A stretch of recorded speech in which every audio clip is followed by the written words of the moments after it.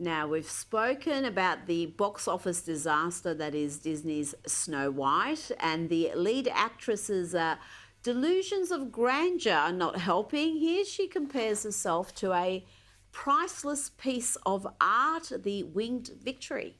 To everyone who hates when I win, the Winged Victory came to the Louvre in pieces, and people still line up to see her.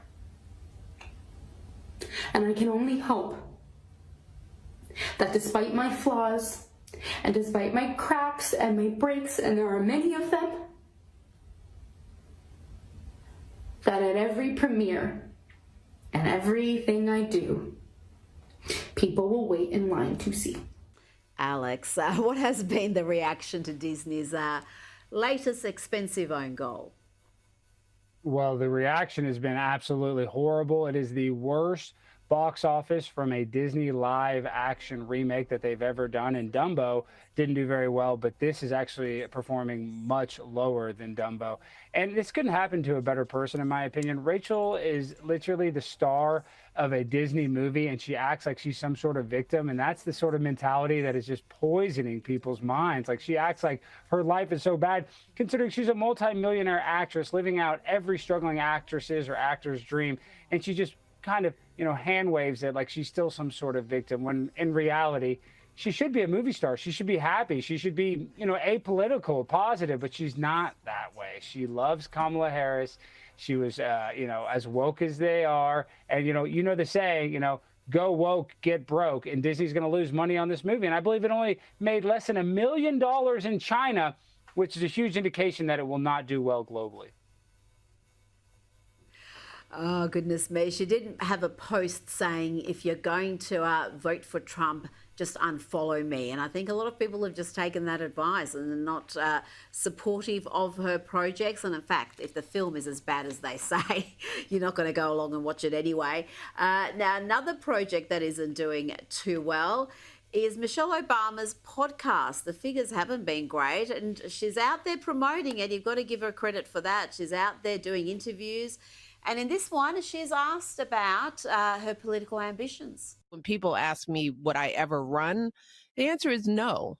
You then if you ask me that, then you have absolutely no idea the sacrifice that your kids make when your parents are in that role. I think we've done enough. Question asked and answered. Never going to happen. Alex, the Obamas have done enough. I think we can agree with that.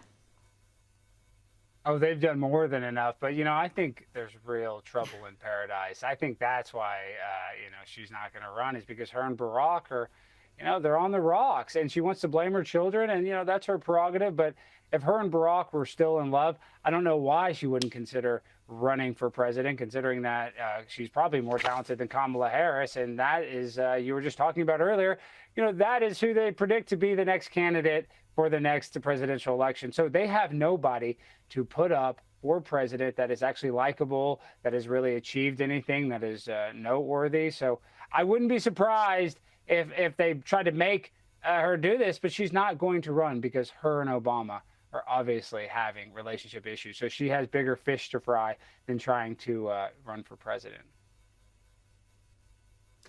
And that podcast, you are familiar with the medium. You would have participated in many successful podcasts. What would you advise her if you were her producer? How would you improve it? Because thus far it has been not exactly been compelling, and it hasn't been pulling in the figures. I mean, if you want my honest opinion, how does she make a successful podcast? It'd be easy. Just say she loves Donald Trump. If she became conservative, it would be the #1 podcast. If she started talking like, oh, I love Trump, everybody would have to go listen to it. So I'm just saying, if she wants numbers, she wants views, she should do the opposite of what we expected. She should become, she should be, a big Trump supporter, a Trump podcast. Think about the numbers that would do, Rita. You know what? You're onto something. She doesn't even have to go that far. If she just deviates on one issue from the leftist group thing, it can be anything. It could be men in women's sport. It could be net zero craziness. It could be any number of policies. If she just took one of those and took a contrary position to the left, yeah, it would have a huge reaction. Now, before you go, I've got to ask you about the Venezuelan gangbangers being sent back to their home country. Despite the fact that we've got activist judges, some of them appointed by Barack Obama, like Judge Patricia Millett, who are frustrating the efforts of the Trump administration to deport these gangbangers. This judge has even said, Alex, that these prisoners are being treated worse than Nazis. What's your response to that? It's ironic that she compared flying Venezuelan gangbangers back to their home country of Venezuela as worse than the Nazis were treated, considering after World War II, it's a well-known fact that a bunch of Nazis tried to run away to Venezuela. So that doesn't even make sense. She just doesn't even know her world history. So trust me, those Nazis would love to be in Venezuela instead of the Nuremberg trial. So she's insane. She's trying to hand wave. I said that earlier, but she's trying to act like the Holocaust wasn't a big deal anytime she says that. And I hate that. I hate that they always use that term Nazi, because it's just so misused, and it's not what's happening to these Venezuelan immigrants. I got a free trip back home. I mean, anybody would accept a free plane trip back home. We should have sent them back in the back of a bus, my personal opinion, but, I'm not Tom Homan. Alex Stein, thank you so much for your time tonight. Thank you, Rita. Always a pleasure.